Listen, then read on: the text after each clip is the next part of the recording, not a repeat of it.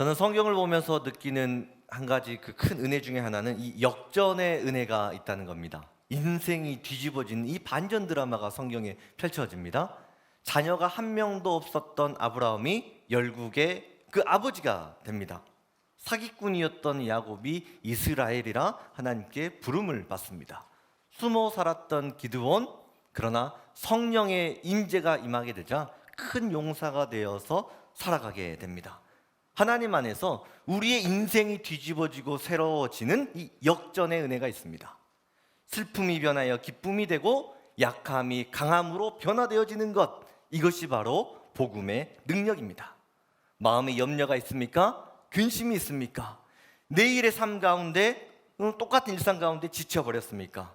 여러분, 복음 안에서 역전의 은혜는 펼쳐집니다. 말씀 안에 길이 열립니다. 기도 가운데 하나님 응답해 주십니다. 찬양 가운데 하나님이 역사해 주십니다. 하나님은 이 시간의 나를 역전의 주인공으로 다시 한번 일으켜 세우십니다.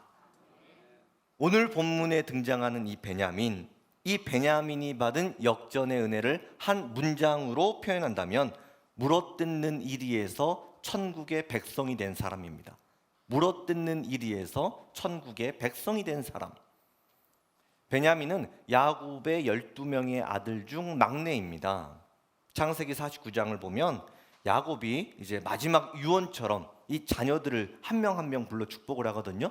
그런데 베냐민에게 한 축복이 이것이었어요. 너는 물어뜯는 일이라. 아침에 빼앗은 것을 먹고 저녁에는 움킨 것을 나눌 것이다. 이 축복 같은데 얼핏 보면 이 저주에 가까운 그런 이야기를 한다는 거죠. 왜냐하면 이 베냐민의 성격이 이리처럼 난폭하고 포악했기 때문에 그렇습니다. 그런데 성경에 큰 반전이 일어났는데 이렇게 잔인하고 포악한 성격을 가진 이 베냐민 후손들이 역대상 8장 전체에 한 장에 걸쳐서 이름을 남기고 있습니다. 이건 믿기 어려운 믿음의 반전이거든요. 역대기 족보는요, 하나님 나라의 그 사명을 감당한 그 사람들의 이름을 쭉 기록합니다. 모든 사람의 이름을 다 쓰는 것이 아니라 선한 믿음의 영향력을 끼쳤던 사람들, 그 사람을 선별적으로 구분해서 족보에 실는다는 것이죠. 그래서 유다 지파 같은 경우는 몇 장에 걸쳐서 이름이 나옵니다. 납달리 지파는요, 단 한 줄만 기록되어 있어요. 그런데 어떤 스불론 지파, 단 지파 이런 지파는요, 역대기 족보에 한 줄도 한자도 이름이 기록되지 않습니다. 그런데 역대상 8장을 보면은요, 역대상 8장 전체에 베냐민 후손들의 이름이 쭉 기록되어 있습니다. 이거는 복음에 매우 중요한 역할을 했다는 증거인데요.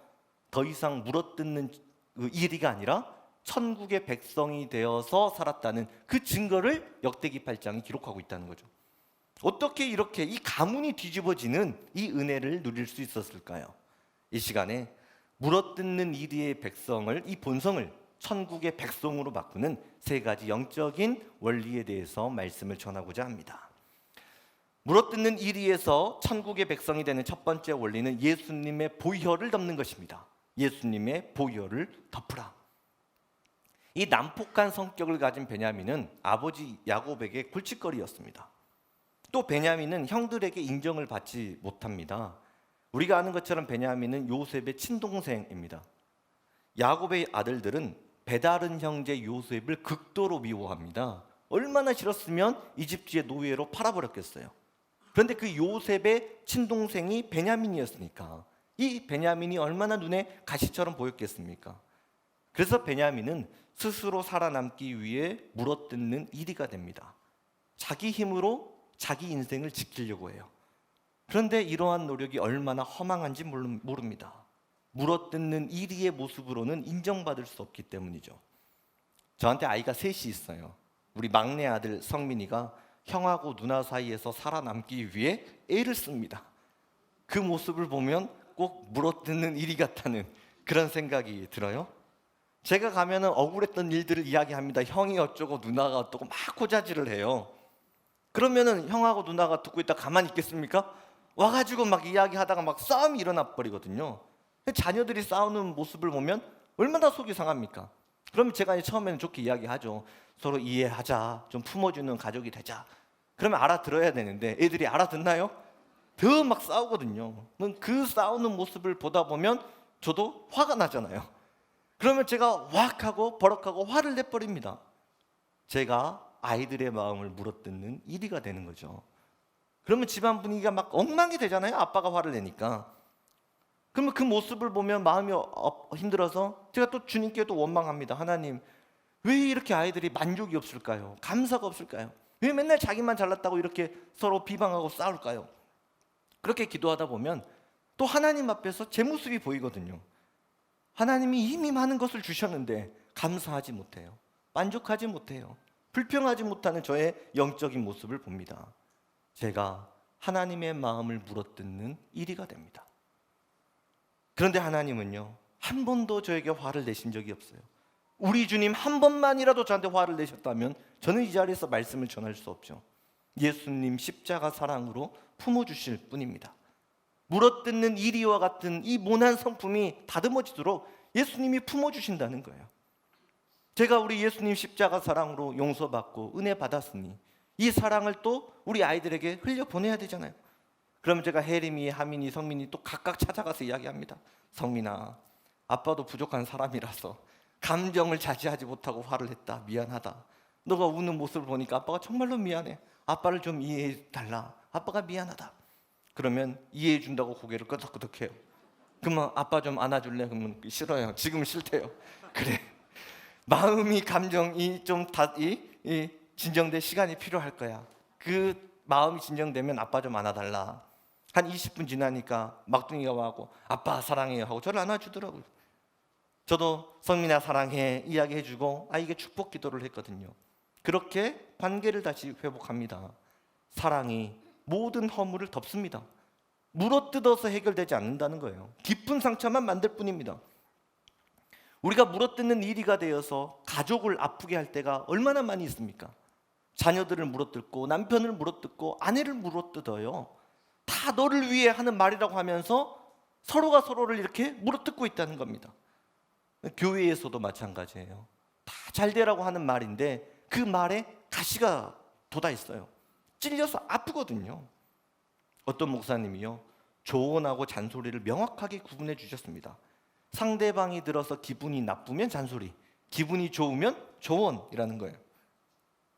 맞는 말보다 더 중요한 가치가 있지 않습니까? 위로하는 말, 축복하는 말, 힘을 주고 격려하는 이 복음의 말에 능력이 펼쳐집니다. 이리와 같은 우리의 본성에 예수님 보혈을 덮어야 됩니다. 우리의 입술에 성령의 파수꾼을 세워야 됩니다. 우리의 입술은 하나님의 영광을 찬양하는 거룩한 입술입니다.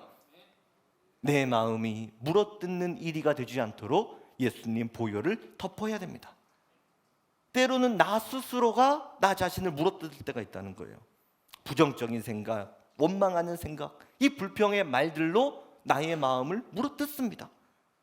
메뚜기처럼 이 낮은 자존감이 되어서 살아갈 때도 있어요. 힘도 없고 자신도 없고 복음의 능력을 다 잃어버린 능력 없는 크리스찬으로 살아간다는 거예요. 낙심되고 마음이 무너질 때마다 예수님을 바라보십시오. 예수님 십자가가 물어뜯는 이리의 본성을 해결해 주셨습니다. 가시 면류관에 찔려 흘리신 예수님 보혈이 우리의 찢겨진 생각을 회복시켜 주셨습니다. 창에 찔려 모든 물과 피를 쏟아내신 예수님의 보혈이 우리의 찢긴 마음을 회복시켜 주셨습니다.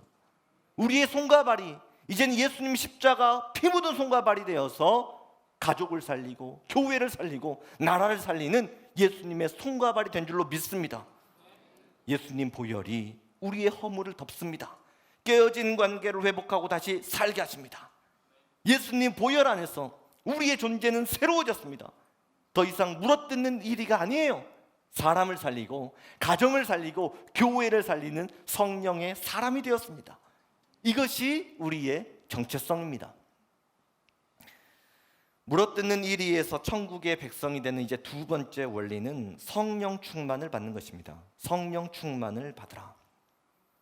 지금은 천국의 백성이 된 초대 문화부 장관 우리 이어령 교수님께서 현대인의 삶을 물고기에 비유한 인터뷰가 있었죠. 이 넙치형의 사람이 있어요. 넙치는 배를 바닥에 탁 깔고 바닷물에 이 조류의 흐름에 따라 몸을 맡기면서 하는 물고기입니다.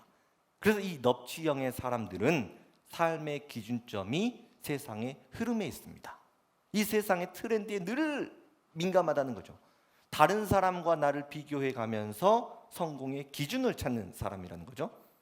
또 이 참치형의 사람이 있어요. 이 참치는 몸이 무거워서 가만히 있으면 깔아앉아 버린다 그래요. 쉴 새 없이 지느러미를 움직여야 떠 있을 수 있는 물고기가 이 참치거든요. 그래서 이 참치형의 사람은 성공하기 위해서 새벽부터 밤이 늦도록 수고하고 애를 쓰며 살아가는 현대인들을 상징합니다. 우리가 살아가는 삶의 현실이 얼마나 무겁습니까? 수고롭고 무거운 짐을 안고 살아가고 있어요. 인생의 짐, 물질의 짐, 이 건강의 짐, 관계의 짐, 이것들을 좀 벗어보려고 새벽부터 밤이 늦도록 수고하고 애를 쓰는데 벗겨지지가 않거든요. 가족을 위해 헌신하는데 가족들이 고마움을 몰라줘요. 사랑하는 사람을 위해 노력을 하고 있는데 오히려 사랑하는 사람 때문에 마음이 무너집니다. 열심히 앞을 보고 달려가는데 만족이 없어요. 내 힘으로 이 세상 살아가려고 하는데 얼마나 무거운지 모릅니다. 그런데 이 날치라고 하는 물고기가 있어요. 날치는 위기가 닥치면 수면 위를 쫙 하고 뛰어오릅니다. 물속에 살지만 바닷속에 갇혀서 살지 않는다는 거예요. 수면 위를 박차고 뛰어 올라서 바다 전체의 풍경을 보며 사는 물고기가 바로 이 날치라고 하는 것이죠. 이 현실의 삶을 뛰어오르라 박차 오를 수 있는 능력은 성령님 안에 있습니다. 성령 충만을 받으면 하나님이 보시는 것들을 보게 됩니다. 성령 충만을 받으면 예수님의 마음이 나의 마음이 되는 거예요. 똑같은 삶을 살지만 전혀 다른 것을 보고 살아가게 됩니다. 보이지 않았던 감사가 보입니다. 기쁨이 보입니다. 만족이 넘칩니다. 내 힘을 가지고 살아가는 세상, 그리고 성령 충만을 받고 살아가는 이 세상, 이 삶은 차원이 다른 인생이 펼쳐질 수 있습니다. 우리가 만약에 성령 충만 받지 않고 살아가면은요, 물어뜯는 이리의 본성이 다시 피어올라 버립니다. 더 무서운 건 뭐냐면 물어뜯는 이리의 본성이 후손들에게 이어져 간다는 거죠. 이것을 보여주는 것이 사사시대 베냐민의 후손들입니다. 이 베냐민 지파에 속한 기브아 사람들이요, 아주 못된 짓을 해요. 레위인의 첩을 능욕하고 죽입니다. 그런데 용서를 구하지 않고 오히려 전쟁을 일으켜요. 그래서 이스라엘 연합군 40만 명이 모이고 베냐민 지파 2만 6천 명이 모여서 전쟁을 해요. 3번 합니다.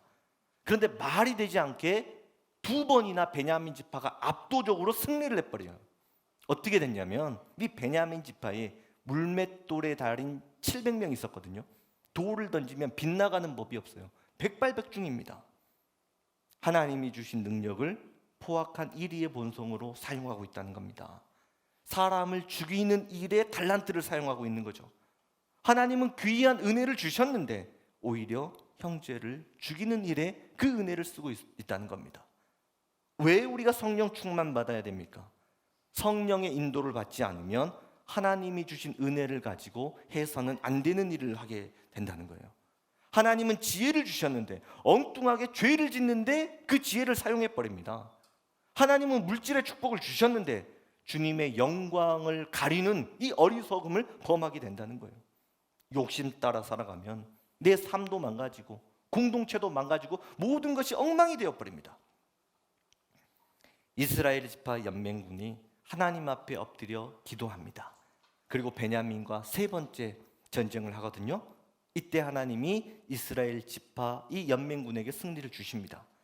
그런데 이 승리의 기쁨이요, 통곡의 눈물의 장소로 바뀌어버립니다. 베냐민 지파가 2만 6천 명인데 그 중에 600명만 남고 전부 다 몰살당해 버렸습니다. 이스라엘은 12지파가 모여야 한 나라가 되거든요. 그런데 막내 지파 이 베냐민 지파가 멸절당일 위기가 됐다는 거예요. 처음에는 12명 형제의 싸움이었는데 이게 시간이 흘러가자 집안 싸움이 되고 이 지파 간의 전쟁으로 확장되었다는 거예요. 이스라엘이라고 하는 한 나라가 사라질 수 있는 이 심각한 위기에 봉착하게 된 것입니다. 하나님의 나라가 위협을 받는 위기가 찾아온 것이죠. 전쟁에서 이기든지 지든지 모두에게 깊은 상처만 남길 뿐입니다. 용서가 되지 않는 사람이 있습니까? 나를 힘들게 하는 사람이 있습니까? 분노가 치밀어 오를 때 우리가 생각해야 할 것은 예수님 십자가 사랑입니다. 날 용서해 주신 예수님 십자가 사랑, 이 예수님 사랑 붙잡고 주님의 십자가만 바라보며 용서해야 합니다. 상한 마음을 가지고 싸워서 이긴다 하더라도 모두에게 상처만 남을 뿐입니다. 원수 갚는 것이 내게 있으니 내가 갚으리라. 하나님께 맡기면 됩니다. 하나님께 맡기면 하나님 책임져 주십니다. 모든 것이 합력하여 선을 이루는 하나님의 영광을 맛보게 됩니다. 여기에서 할 수 있는 이 물어뜯는 일에서 천국의 백성이 되는 이 마지막 세 번째 원리가 나옵니다. 바로 하나님께 맡기는 삶입니다. 하나님께 맡겨드리는 삶. 이것을 실천한 사람이 바로 사울의 아들 요나단입니다. 요나단은 하나님께 자신의 인생을 맡김으로 이 베냐민 지파에 흐르고 있는 물어뜯는 이리의 본성을 끊어버립니다. 이스라엘 지파 연맹군에게 처절하게 패배당한 이 베냐민 지파, 이제 600명만 남아있거든요. 근데 이 베냐민 지파 입장에서는 자기들을 공격한 이 이스라엘 지파 연맹군, 다른 형들이 너무너무 원망스럽죠. 또 이스라엘 연맹군 입장에서는 전쟁의 원인을 제공한 베냐민이 원망스럽습니다. 서로 죽이고 죽이는 이런 관계가 됐는데 어떻게 이게 해결될 수 있겠습니까? 분노를 안고 살아가는 거죠. 그런데 이후에 시간이 쭉 흘러서 이 약한 자를 긍휼히 여기시는 하나님께서 사울을 이스라엘의 초대 왕으로 세우시죠. 사울은 베냐민 지파 사람이었어요. 사울은 처음에는 하나님을 경외합니다. 그런데 나중에는 하나님을 떠나버리죠. 그러자 물어뜯는 이리의 본성이 다시 피어나기 시작합니다. 다윗을 대적하기 시작하고 죽이려고 합니다. 도망다니면서 다윗이 얼마나 사울이 미웠겠어요. 사울이 죽고 나서 다윗이 유다 지파의 왕이 되었거든요. 인간적인 생각을 하면은요, 원수를 갚아야죠. 베냐민 지파 사람들 다 죽여야죠. 베냐민 지파의 사울, 유다 지파의 다윗, 이 둘은 철천지 원수입니다. 둘 중에 한 지파가 죽어야 전쟁이 끝나요. 그런데 이 저주를 끊어버리는 사람, 사울의 아들 요나단이 등장합니다. 사무엘상 18장을 보면 베냐민의 물어뜯는 이리의 본성이 끊어지는 아주 위대한 전환점이 되는 그 사건이 기록되어 있습니다. 사울이 다윗을 죽이려고 할 때 요나단은 다윗을 자기 생명처럼 사랑합니다. 다윗이 도망갈 수 있도록 도와주거든요. 이 요나단은 아버지 사울을 이어서 내가 왕이 되어야지, 이 욕심을 버립니다. 그리고 다윗에게 자신의 겉옷, 군복, 칼, 활, 띠, 이 모든 걸 다 내어줘요. 왕권을 다윗에게 넘겨준 사건입니다. 어떻게 이런 일들이 가능합니까? 물어뜯는 일이가 아니라 하나님의 주권에 자신의 삶을 맡겼기 때문입니다. 하나님이 다윗을 왕으로 세우신다. 하나님, 저는 더 이상 물어뜯는 이리의 후손으로 살지 않겠습니다. 하나님의 방법대로, 하나님 말씀에 제 인생을 맡깁니다. 이때부터 놀라운 일이 펼쳐지는데요. 그토록 서로 죽이려고 했던 유다 지파, 이 베냐민 지파가 하나가 되어서 움직입니다. 다윗은 처음에 유다 지파만의 왕이 됩니다. 다른 지파들은 다윗을 인정하지 않아요. 그러나 이때에도 베냐민 지파는 다윗을 지지합니다. 다윗 이후에 솔로몬이 왕이 되고, 솔로몬이 죽고 나서 나라가 남북이 갈라져 버리죠. 북쪽의 10개 지파는 다윗을 인정하지 않아요. 그러나 이때에도 베냐민은 다윗을 떠나지 않습니다. 다윗 이후에 이 다윗의 왕권이 든든히 세워졌을 때 다윗은 요나단을 기억합니다. 요나단과 맺었던 영원한 약속을 기억하죠.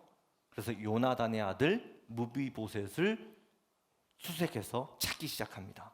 그리고 왕궁으로 데려오고 다윗의 상에서 영원히 먹게 합니다. 이 무비보셋과 그의 후손들은 다윗의 영원한 은혜 속에 살아가며 하나님의 나라를 이어갑니다. 이 사실을 오늘 본문 역대상 8장 40절, 울람의 아들은 다 용감한 장사요 활을 잘 쏘는 자라 아들과 손자가 많아 모두 150명이었더라. 베냐민의 자손들은 이러하였더라. 이 한 문장의 족보로 이 모든 내용을 설명하고 있습니다. 하나님께 맡기면 하나님이 역사하십니다. 갈등이 끊어집니다. 관계는 회복됩니다. 다시 살아납니다. 역전의 은혜가 펼쳐집니다. 물어뜯는 이리와 같았던 베냐민, 사사시대 때 형제를 죽이는 잔혹한 베냐민의 후손들, 그러나 저주를 하나님의 축복으로 바꾸겠다는 요나단의 결심, 다윗이 무비보셋에게 베푼 은혜, 그 은혜가 역사의 시간을 타고 흘러가며 베냐민 지파의 미래를 바꾸었습니다. 형제를 죽이기 위해 돌을 던졌던 베냐민 가문이 사람을 살리는 복음의 가문이 되어 역대상 8장에 당당히 이름을 남깁니다. 베냐민의 자손들은 이러하였더라. 역대상 8장 전체를 마무리 짓는 위대한 지파가 되었다는 거예요. 우리는 물어뜯는 이리와 같은 사람들입니다. 내가 잘나야 되고 내 이름이 나타나야 되고 내 얼굴이 드러나기를 바라는 일입니다. 베냐민 700명의 물맷돌 용사처럼 하나님이 주신 달란트를 형제를 죽이는 허망한 곳에 사용했습니다. 하나님이 주신 은혜를 가지고 나를 위해 살아갔죠. 성공을 구하고 내가 인생의 주인이 되는 삶을 살았습니다. 그러나 예수님 십자가 은혜가 모든 것을 뒤집었습니다. 물어뜯는 이리가 아니라 하나님의 사람, 성령의 사람이 되게 하셨습니다.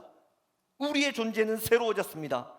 역대상 8장에 기록된 이 베냐민 150명의 용사처럼 사람을 살리고 형제를 살리고 교회를 살리는 성령의 용사가 되었습니다. 여러분은 천국의 족보에 무엇을 남기기 원하십니까? 여러분의 자녀들이 어떤 열매를 천국에 남기기를 원하십니까? 성공이요? 재물이요? 이런 것들은 결코 우리의 소망이 될 수 없습니다. 역대기 족보는 하나님을 위해 헌신했던 사람들만을 기록할 뿐입니다. 우리가 이 땅에 남겨야 할 한 가지 사명이 있다면 우리 자녀들의 이름, 후손들의 이름을 천국에 기록하는 것입니다. 베냐민의 자손들은 이러하였더라. 한소망의 자손들은 이러하였더라. 이현일의 자손들은 이러하였더라. 요나단이 베냐민 지파의 저주를 끊어버리는 위대한 복음의 전환점이 된 것처럼 하나님은 나를 우리 가문의 영적인 요나단으로 세우십니다. 나를 통해 역전의 은혜는 펼쳐집니다. 복음의 가문, 믿음의 명가문으로 일어서게 됩니다. 아직도 이 사실을 믿기 어려워하는 분이 있습니까? 가정을 보면 눈물만 납니까? 자녀를 위해 수도 없이 기도했는데 여전히 변화되지 않는 그 자녀들을 보며 낙심한 사람이 있습니까? 이 무비보셋이 역대기에 이름을 남길 수 있었던 이유는 다윗이 베풀어 주었던 이 무조건적인 은혜가 있었기 때문입니다. 무비보셋과 그의 후손들이 조건 없는 다윗의 은혜를 누린 것처럼 십자가 은혜 안에 무조건적인 은혜가 열렸습니다. 마음이 낙심되면 믿음의 눈을 들어 예수 그리스도 십자가를 바라보십시오. 십자가는 모든 불가능을 가능으로 바꾸는 하나님의 능력입니다. 그 십자가 능력 안에서 사는 거예요. 그 은혜 안에서 축복의 말, 위로의 말, 격려의 말을 하며 가정을 살리고 공동체를 살리고 교회를 살리며 믿음으로 살아가는 겁니다. 예수님 보혈 안에서 우리의 존재는 새로워졌습니다. 당신은 천국을 소유한 하나님의 사람입니다. 천국의 족보에 당당히 이름을 써 내려가는 복음의 사람입니다. 세상이 감당할 수 없는 성령의 사람입니다. 물어뜯는 이리의 본성이 꿈틀거릴 때마다 예수님의 보혈을 덮으십시오. 성령 충만을 구하십시오. 하나님께 맡기며 살아가십시오. 역전의 승리는 펼쳐집니다. 베냐민의 자손들은 이러하였더라. 하나님은 나를 우리 가문의 위대한 복음의 전환점으로 나를 이 땅에 심으셨습니다. 기도하겠습니다. 물어뜯는 이리에서 천국의 백성이 되는 역전의 은혜를 주신 하나님 감사합니다. 나를 통해 우리 가문이 천국의 가문이 될 줄로 믿습니다. 복음 안에서 다시 한번 믿음의 꿈을 꾸게 하여 주시옵소서. 내가 바로 하나님이 역사하시는 역전의 도구, 은혜의 도구가 되게 하여 주옵소서. 베냐민의 자손들은 이러하였더라.